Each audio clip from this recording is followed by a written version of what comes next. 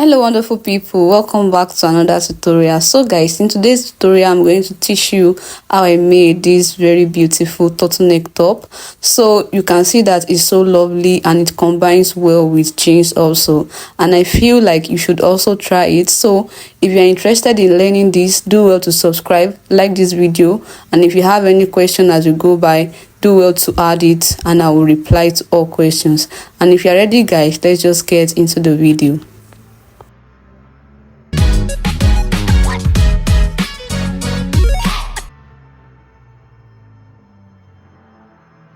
Is that every turtleneck top or dress must have a zip, and that is because the zipper is going to run all the way through to the neckline and is going to secure this turtleneck rack. 1 inches for the zipper allowance, which I had left already. The fabrics into 4, just like the way it's appearing by the camera. The first thing I'm going to measure is the shoulder. My shoulder is 14 divided by 2, that is 7. So for the armhole, my armhole is 14 divided by 2, that is 7. And I'm also going to have half inches to join the shoulder. So I'll be using 7.5 for the armhole measurement. I will also chalk out the half length, which is 15, and the length of the top is 25 inches. And I will just chalk out the 25 inches as well. I'm also going to add 1.5 inches at the hem to turn the hem over. So because this top is a sleeveless top and we are not joining any sleeve to the armhole, we reduce the shoulder line by 1 inches, and that is because when we reduce it by 1 inches, it makes the top have a better fitting at the shoulder line. And now we are going to be using 6 inches instead of 7 at the shoulder line. Also for the armhole, we are going to reduce the armhole measurement by 1 inches also, since we are not attaching any sleeve to the armhole. So that means that if we leave just the normal measurement, we end up having an armhole that will be opening up and will be showing the armpit. So for us to avoid that, I'm just going to take out 1 inches as well from the armhole, just like the way we did for the shoulder line. So for the neckline of a turtleneck, there are several ways in which you can do it, but what I usually do is that I start by measuring the width. So for the width of 2 inches for both the front and the back, I'll use a depth of 3 inches to the 2 inches depth. Then having connected, I'm going to just use my tape rule to measure it, just like the way it's appearing by the camera. I'm just going to use my tape rule to measure it. Then when I measured it, this is what I have 4.5 inches. Then in total, that is 9 inches. So for the back, I will use the depth of 1.5 inches, and I will just connect it to the zip allowance and connect it back to the neckline. And I will also use my tape rule to measure that. So having measured it out, I have about 3.25 inches, and in total that will give us 6.5 inches. But the back is a cut times 2. Need to add 9.5 inches we measured for the front plus the 6.5 inches for the back, which will give us about 16 inches, and that is definitely much than my neck circumference. So the next approach I will do is that I'm going to reduce the neck depth of the front. So I will reduce the neck depth of the front, and I'm just going to measure it afterwards. So after measuring it again, I have about 4.25 inches. Then in total that will give us about 8.5 inches. To reduce the back measurement by half inches, then I will just connect it all the way to the zip allowance. Then that will be fine for my neckline. And that is the best approach to use when measuring a turtleneck line. Just start from somewhere, use your tape rule to measure it, and make sure that it's corresponding well with your neck circumference. So I'm just going to chalk my shoulder measurement, and I'm going to chalk it into the armhole and cuff it into the armhole, just like the way it's appearing by the camera. Then having done that, I'm going to slant the shoulder slope by 1 inches, and I'll connect it back into the neckline. My bust divided by 4 is 9 inches, and I will also be adding 1.5 inches seam allowance, so I'll chalk that out.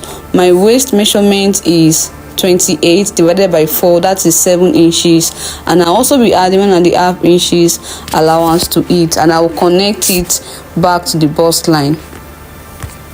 So at the end, I'll be using the same measurement as the waistline also. So I'll just go ahead and chalk out the same measurement I used as the waist. Then the hem will also be having a slit of about 6 inches, and that is because this top is about 25 inches long. It's going to be ending somewhere around the hips measurement, and bearing in mind that the waist measurement and the hips measurements are quite different.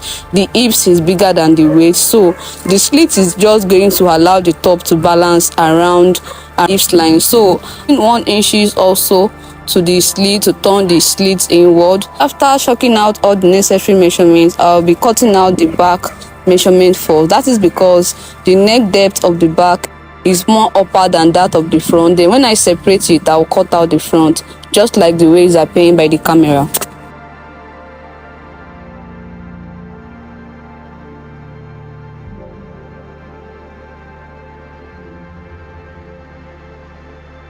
The turtleneck rack, I'll be using this pattern paper to explain, and the first thing to chalk out is the 1 inches for the zipper allowance. We'll chalk. So this is the zipper allowance, and this is where the back is going to start from. So for the back neckline, we have 3 inches. Remember that it's a cut times 2, but I won't be using the exact 3 inches, and that is because by the time we join the shoulder, it's still going to reduce. So I'll just about half inches. So that means I'll be using 2.5 inches instead of the 3 inches, and I'll just mark it out. For the front, we have 4 inches. By the time we join our shoulder measurement, it's going to give us about 3.5 inches. So I'll mark out 3.5 inches instead. Allowance, this is for the back and this is for the front. So the next front is a very deep circular shape, so we have to go up by 1 inches to give us the circular shape of the front. Mark out the 1 inches here. Then having marked out the 1 inches here, we'll blend it back into the back neckline and into the zip neckline.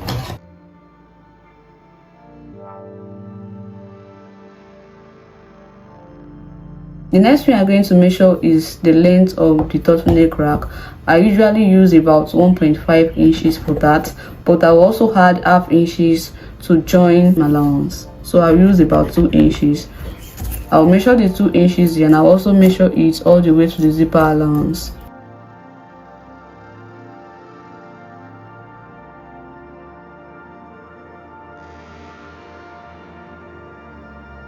How the turtleneck rack is going to be, I'm just going to go ahead and cut it out. Pattern paper on the fabrics now. So I'll be using this pattern paper to cut out the fabrics, and we're going to be cutting out 2 pieces of it, and it's going to be a cut on fold. So I'm going to place the center front like this and make it sit like this, and I'll just cut it out just like the way it's appearing by the camera.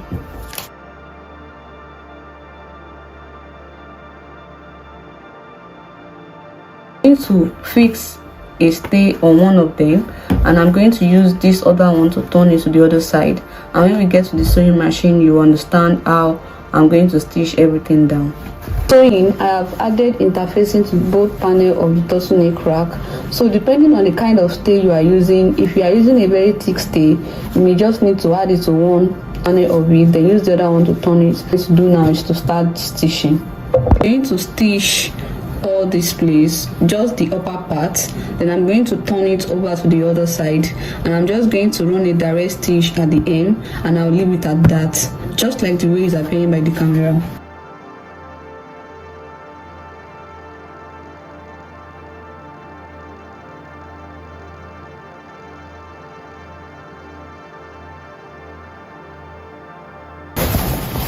So to join the shoulder, I'll be using a French seam. I'll stitch the front side, then turn it over to the other side to stitch the other side using a French seam, just like the way it's appearing by the camera.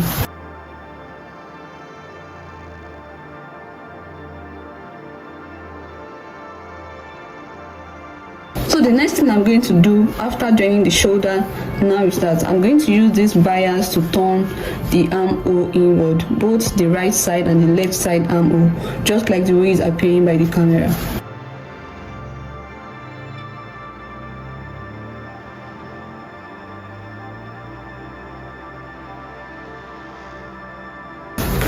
So I have used the bias to turn in the armhole, and the next thing I'm going to do now is to fix the turtleneck rack.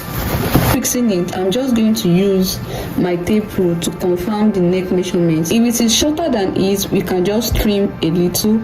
If it is wider than it, I'll just hold the shoulder. That is the two ways to do it. So having measured it, I have 15 inches and my neck circumference is 14 inches, so that means that the measurement is still accurate plus the zip allowance. Go ahead now and fix the turtleneck rack all around. I'm going to hold the shoulder just like this, and I'm going to make the front neckline align with each other. Having done that, I'm going to place a very tiny lunge at the midpoint of the center of the front. Then I'll open it up and I'll make the midpoint of this turtleneck rack to be by it, and I'll go ahead to stitch it all around.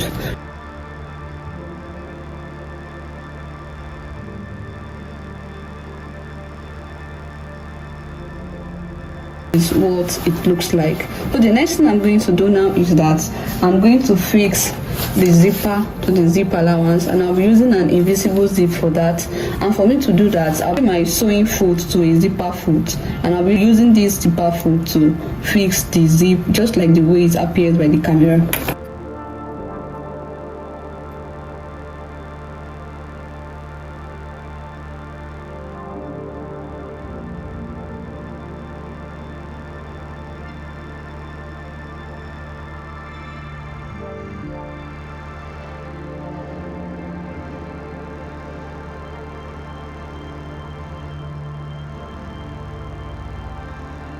Run a straight stitch, close this place, then I fix the zipper and it curls all the way to the neckline, and you can see that it's looking so good. So the last thing we'll be doing now is to join the side. So to join the side, I'm just going to use my tape rule to mark out my actual measurement, then I'll go ahead and stitch it down just like the way it appears by the camera.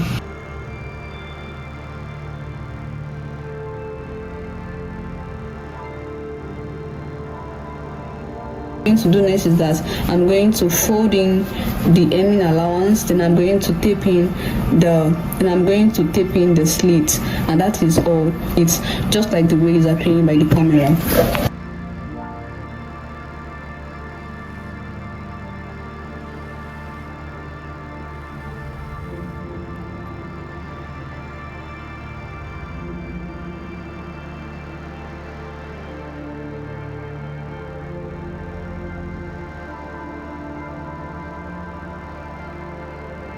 So guys, I'm done stitching and this is what it looks like. You can see that the turtleneck rack is also looking good. Please, if you haven't subscribed to the channel, do well to do that for more better tutorials. And you can see that it came out so nice. Okay guys, and I'll see you in the next video. Bye.